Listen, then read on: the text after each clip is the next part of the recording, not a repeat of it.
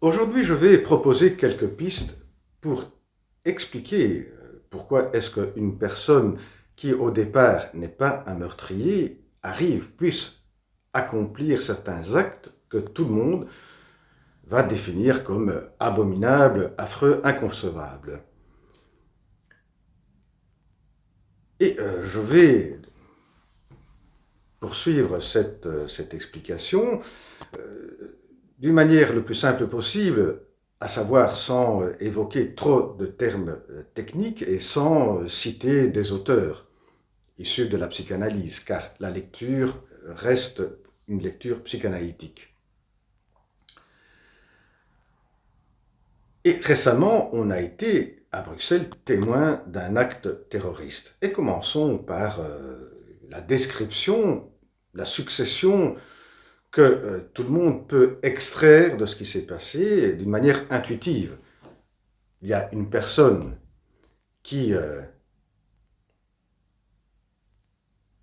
pleine d'agressivité et de haine, tire sur des personnes pour venger un tort subi et, comme il le dit lui-même, ensuite, pour venger un tort subi au nom d'un Dieu, au nom d'une religion. Et on voit que dans cette description très intuitive, rapide, on peut extraire 3 ingrédients. Et ce sont ces 3 ingrédients qui vont être l'objet de mes explications, qui sont tous les 3 essentiels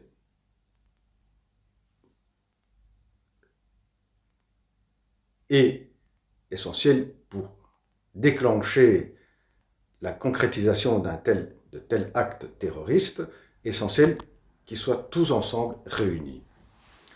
Commençons par le premier ingrédient, l'agressivité, la haine.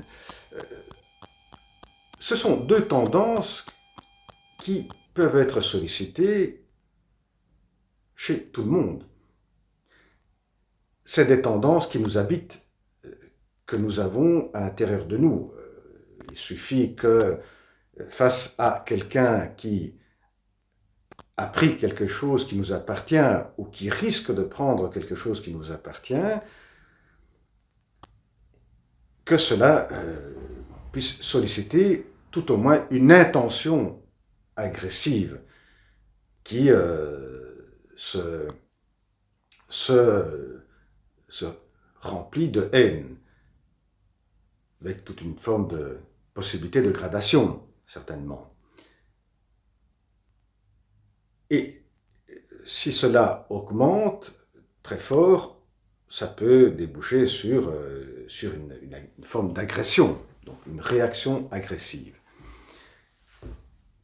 Cela peut aussi arriver lorsqu'on est confronté à des situations où il y a des personnes qui sont fortement différentes de nous-mêmes. C'est face à l'altérité, à la différence de l'autre, que certaines intentions agressives ou certaines formes de haine peuvent être sollicitées et se traduire en réaction, dans certaines situations, en réaction agressive. Voyons maintenant le deuxième ingrédient, qui est la vengeance. Dans ce cas-ci, dans cet acte terroriste, la vengeance concerne le fait qu'en Suède, on a brûlé le Coran. Une vengeance, qu'est-ce que c'est? C'est vouloir guérir une blessure narcissique. Qu'est-ce que c'est une blessure narcissique? C'est lorsque une partie de nous, notre moi, est atteint, l'intégrité de notre moi est atteinte, que on va se sentir humilié, donc il y a cette sensation de humiliation, de injustice qui va nous habiter et nous pousser alors à vouloir rétablir cette intégrité et donc à concrétiser une vengeance. Mais cela est dans le cas d'une atteinte à l'intégrité de son propre moi. Ici, on comprend bien qu'il s'agit d'une atteinte à une croyance, à une religion. Alors, qu'est-ce qui se passe alors ici? C'est que le moi qui fait partie d'un groupe, le moi se fusionne avec le moi groupal, on appelle avec le groupe qui s'identifie, qui embrasse une certaine idéologie. Et lorsque on atteint l'intégrité de certaines croyances de cette idéologie, eh bien, l'atteinte est perçue également par le sujet qui fait partie donc, de ce groupe.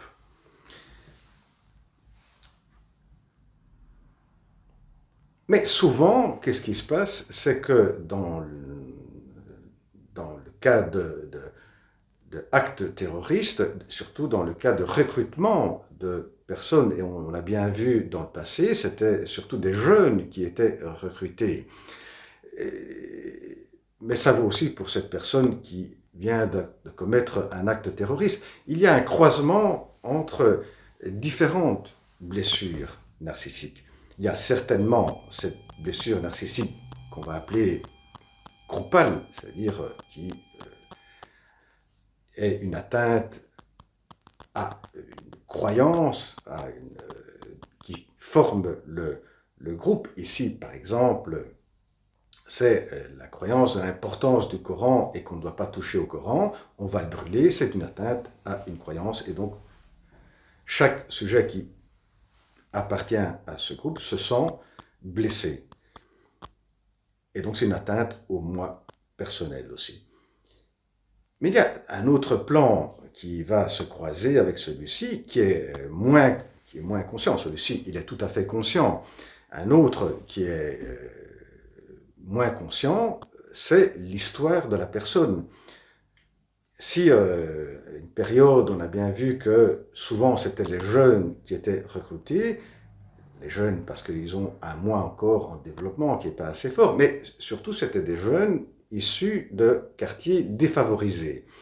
On peut bien comprendre que dans ce quartier, l'adolescent peut vivre certaines formes d'humiliation, se sentant différent par rapport aux autres qui vivent une vie meilleure, et donc vivre une injustice, une humiliation qui mène à se sentir blessé dans sa propre intégrité. Et donc le moi se sent blessé. Qui peut fomenter certaines fantaisies qu'un jour les choses seront beaucoup mieux grâce à, etc. Donc certaines formes aussi de vengeance imaginaire. Certainement, il y a aussi un autre plan qui peut se croiser, qui est l'histoire encore plus lointaine d'une personne, que ce soit l'enfance, l'adolescence, très personnelle, qui n'est pas liée au quartier, mais qui est liée à sa propre personnalité, qui peut également après participer à ce sens de humiliation et donc générer une grande rage, comme on peut l'imaginer, une rage narcissique qui amène à une volonté et concrétiser une vengeance. Mais certainement, tout cela n'explique pas encore deux aspects.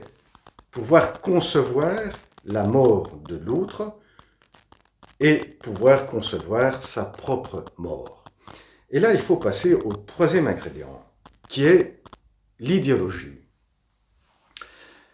C'est peut-être la partie la moins simple à expliquer.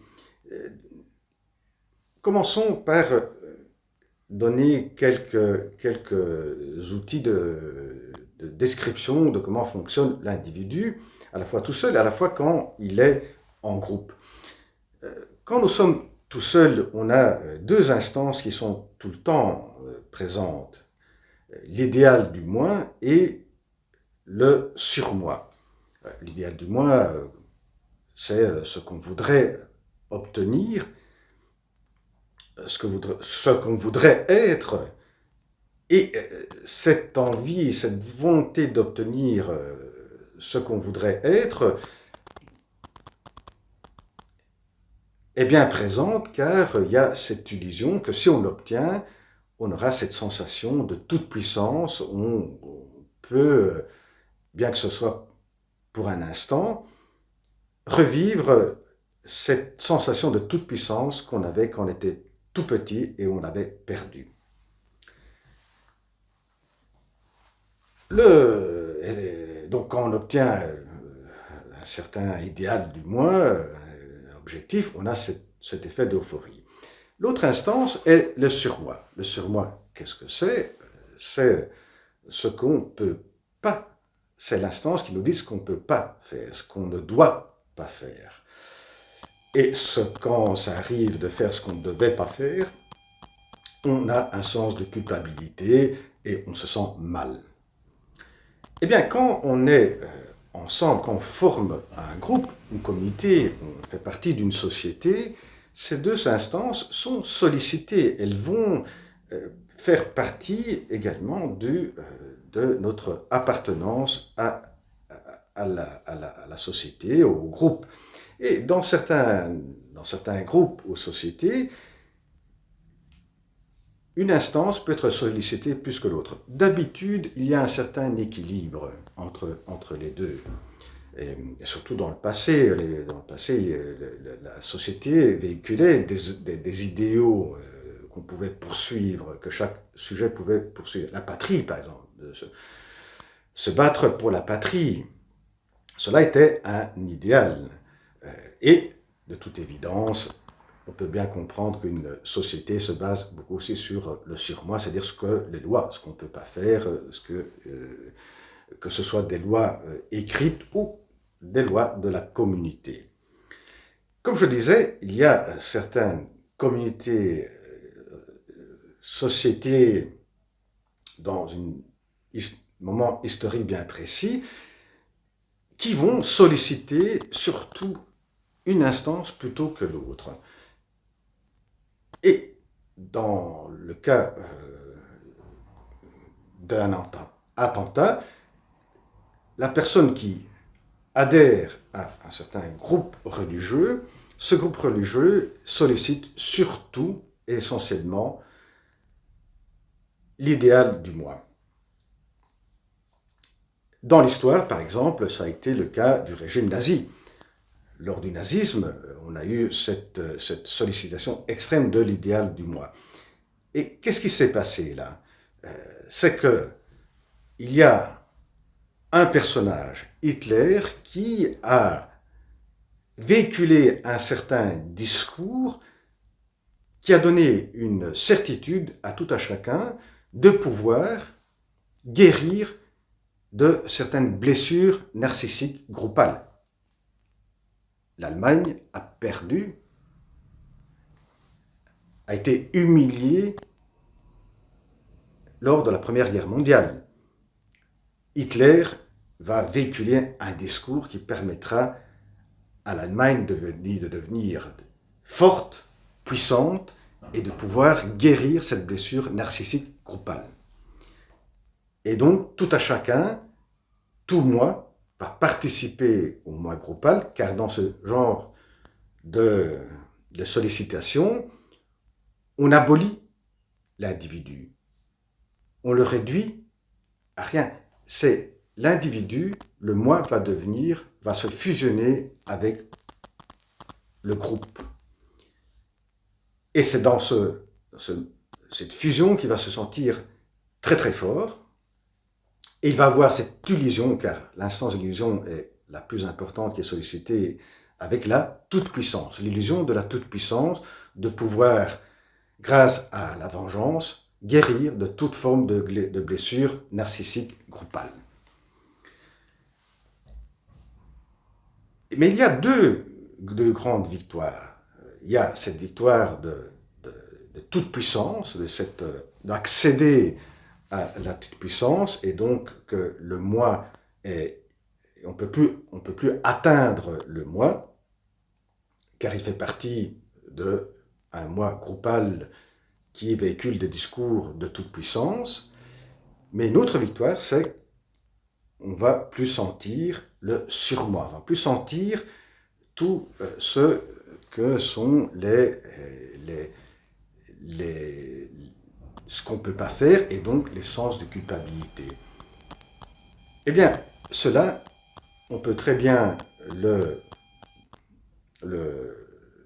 reprendre pour des formes de groupes qui font partie d'une religion, mais ce sont des groupes extrémistes qu'on appelle radicales. Ce sont et les personnes qui sont recrutées radicalisées, ils font partie de ce groupe, de cette communauté qui véhicule à travers un certain leader, mais ce n'est pas le leader qui est important, c'est le discours véhiculé par le leader qui donne l'idée que illusoire certainement, sollicite cet instant de l'illusion de la toute-puissance de pouvoir guérir toute forme de blessure narcissique. Et donne aussi cette euphorie très forte, à la fois en participant, en étant un avec le groupe, et aussi en ne subissant plus les sens de culpabilité du surmoi. Et maintenant, on peut mieux comprendre pourquoi est-ce que la personne qui adhère à cette idéologie peut concevoir la mort de l'autre et sa propre mort. Il peut concevoir la mort de l'autre parce que le surmoi vient à presque disparaître, tout au moins quand il participe de certains discours, que ce soit idéologique ou de vengeance. Et deuxièmement, il conçoit sa mort car quand il adhère à ce groupe, le moi se dissout, fusionne avec le moi groupal. Et c'est grâce à cela qu'il peut sentir cette toute-puissance et lui donner la force d'accomplir, avec certainement une dose très forte de agressivité et haine, le carburant qui a été mis en route par la blessure narcissique, de concrétiser des actes que tout le monde considère comme abominables, affreux, inconcevables. Bien, prochaine vidéo. Au revoir.